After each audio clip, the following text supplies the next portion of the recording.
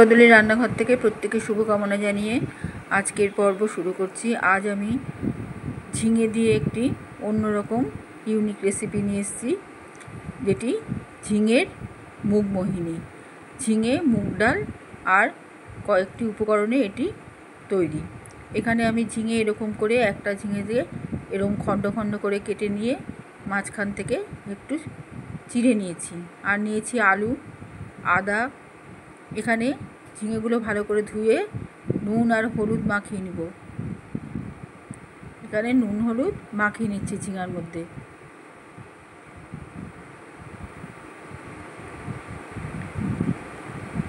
এই রান্নাটি খিচুড়ি, ভাত, ডাল এসবের সাথে খেতে খুব ভাল লাগে। একটু বাদশাহী টাইপের রান্না, এটা একটু অন্য ধরনের। এখানে নুন হলুদ মাখিয়ে নিলাম ঝিঙের মধ্যে।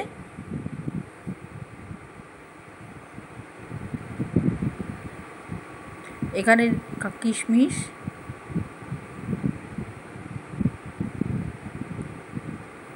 আদা বাটা,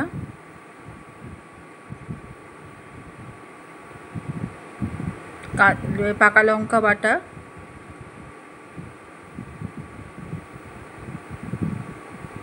পোস্ত বাটা,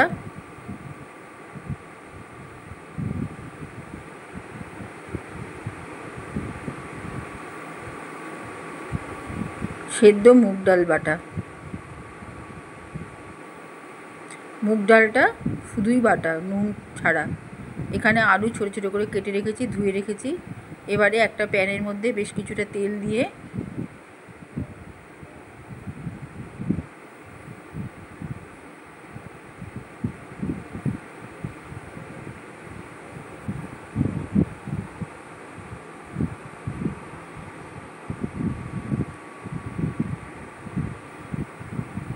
মুগ ডাল সেদ্ধ থেকে বেশ কিছুটা তুলে এটাকে চাপড়ের মতো করে চ্যাপটা করে এটাকে তেলের মধ্যে দিয়ে দেবো।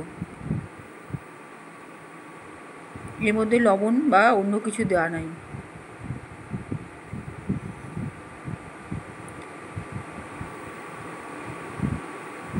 এবারে এর উপরে হলুদ, লবণ দিয়ে নেব। এবারে মুগ ডালটা একেবারে ঝুড়ো ঝুড়ো করে ভেজে নেব। যখন তেল ছাড়বে তখন এটা আমি তুলে নেব।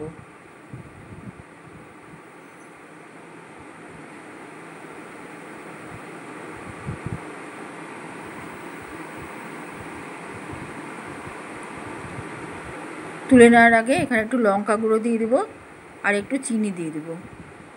দিয়ে ভালো করে মিশিয়ে আর একটু ভাজা ভাজা করে তুলে নেব। চিনি দিয়ে দিলাম এবার, দিয়ে লঙ্কা গুঁড়ো চিনি মিশিয়ে এবার ভালো একটু ভাজা ভাজা করে নিলাম। ভালো মতো তেল ছাড়লো আর ঝুড়ো ঝুড়ো হয়ে এলো ডালটা।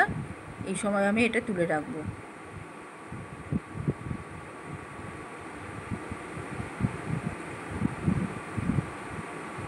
এবারে আমি যে পোস্তটা বেটে রেখেছিলাম সেটা দিয়ে দিলাম এর মধ্যে। পোস্তটাও এরকমভাবে নেড়ে চেড়ে নিচ্ছি আর একটু তেল দিয়ে এটাকে আর একটু ভাজা ভাজা করে নেব। এটাকে ওরকম করে ঝুড়ো ঝুড়ো করে ভেজে তুলে রাখবো। ভালো মতো ভাজা হলে এটা তুলে রাখবো।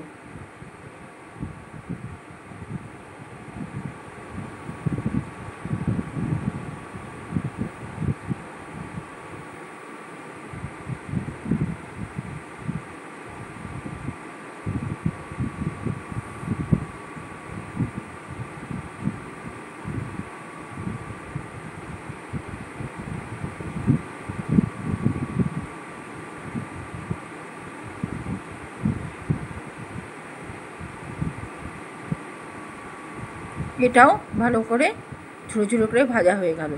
এখন এটাও তুলে রাখছি। ডাল ভাজা হয়ে গেল, পোস্ত ভাজা হয়ে গেল, তুলে রাখলাম। এবার কড়াইতে বেশ কিছুটা তেল দিয়ে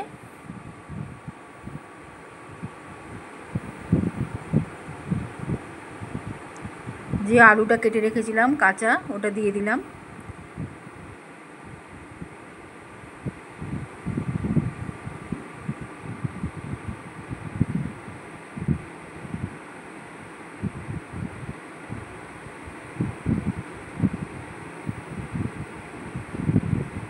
আলু ভাজা হয়ে গেল, আলু ভাজাটা তুলে রাখলাম। আলুটা একদম লাল লাল করে ভাজা হবে।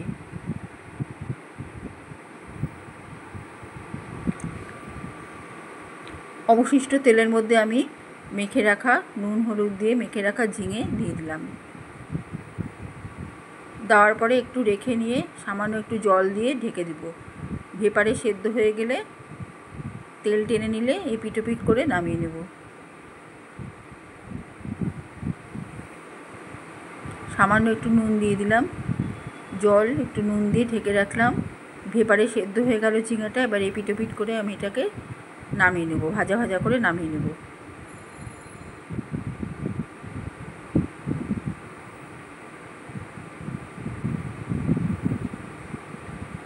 খুব সাবধানে নামাতে হবে, কারণ ছিঁড়ে যেতে পারে। তবে এইভাবে কাটলে ভিতরে সম্পূর্ণ মশলাটাও যাবে, সুসিদ্ধ হয়ে যাবে, খেতে ভালো লাগবে। এবারে ঝিঙে তোলার পরে এখানে আমি আদা বাটা লঙ্কা বাটা দিয়ে দিচ্ছি, দিয়ে জল দিয়ে দিচ্ছি যাতে মশলাটা পুড়ে না যায়। এবার জলের সাথে তেলের সাথে এই মশলা দুটো কষিয়ে নিচ্ছি, আদা লঙ্কা বাটাটা।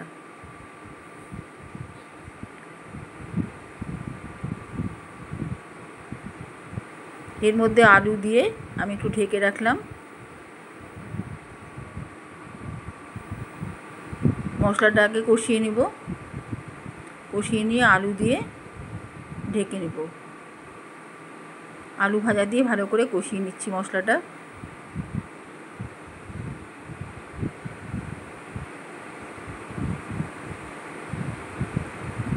এবারে পরিমাণ মতো জল দিয়ে দিলাম, জল দিয়ে ঢেকে রাখলাম আলুটা সিদ্ধ হওয়ার জন্য। এখানে আমি 6-7টা কাজুর দানা বেটে রেখেছি, সেই কাজু দানা বাটাটা দিয়ে দিলাম। কাজু বাদাম বাটাটাও খুব ভালো করে এর সাথে মিশিয়ে নিচ্ছি আলুর সাথে। এই গ্রেভিটায় এটা মিশে গেল। এবারে আমি কাজু বাদাম বাটা ধোয়া জলটা দিয়ে দিলাম, বাটি ধোয়া জলটা।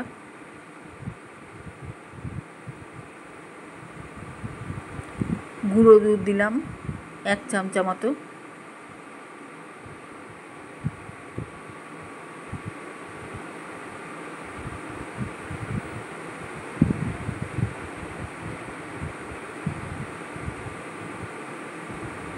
এইভাবে গ্রেভিটা ঘন হয়ে এলে এর মধ্যে ঝিঙেটা দিয়ে দেবো।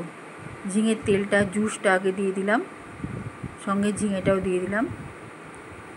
এবারে ঝিঙেটা সম্পূর্ণ গ্রেভিটা টেনে নেবে।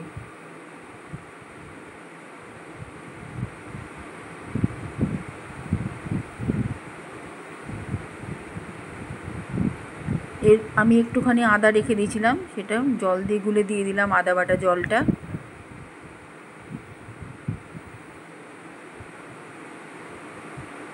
সামান্য ঘি দিয়ে দিচ্ছি।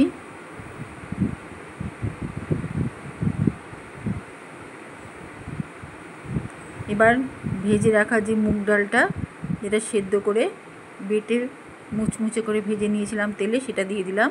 আর ভেজে রাখা পোস্ত উপর দিয়ে ছড়িয়ে দিচ্ছি।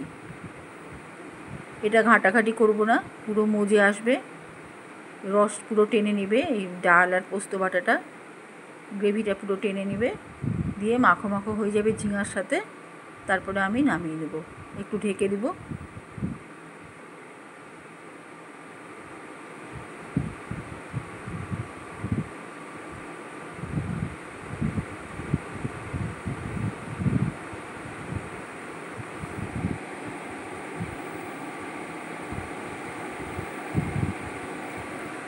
পুরো গ্রেভিটা টেনে গিয়েছে, ডাল আর পোস্ত বাটায় টেনে নিয়েছে গ্রেভিটা। এবার আমি ঝিঙেটা রেখে উপর দিয়ে মশলাটা মাখিয়ে দিচ্ছি। খুবই ভালো হয়, খুব সুস্বাদু খেতে, দেখেই বোঝা যাবে যে কতটা সুস্বাদু হয়েছে। এর সাথে আলুগুলো পাশ দিয়ে রেখে দিলাম। মোটামুটি সম্পূর্ণ গ্রেভি টেনে নিয়েছে। শুকনো শুকনো অবস্থায় এটি পরিবেশন করতে হবে।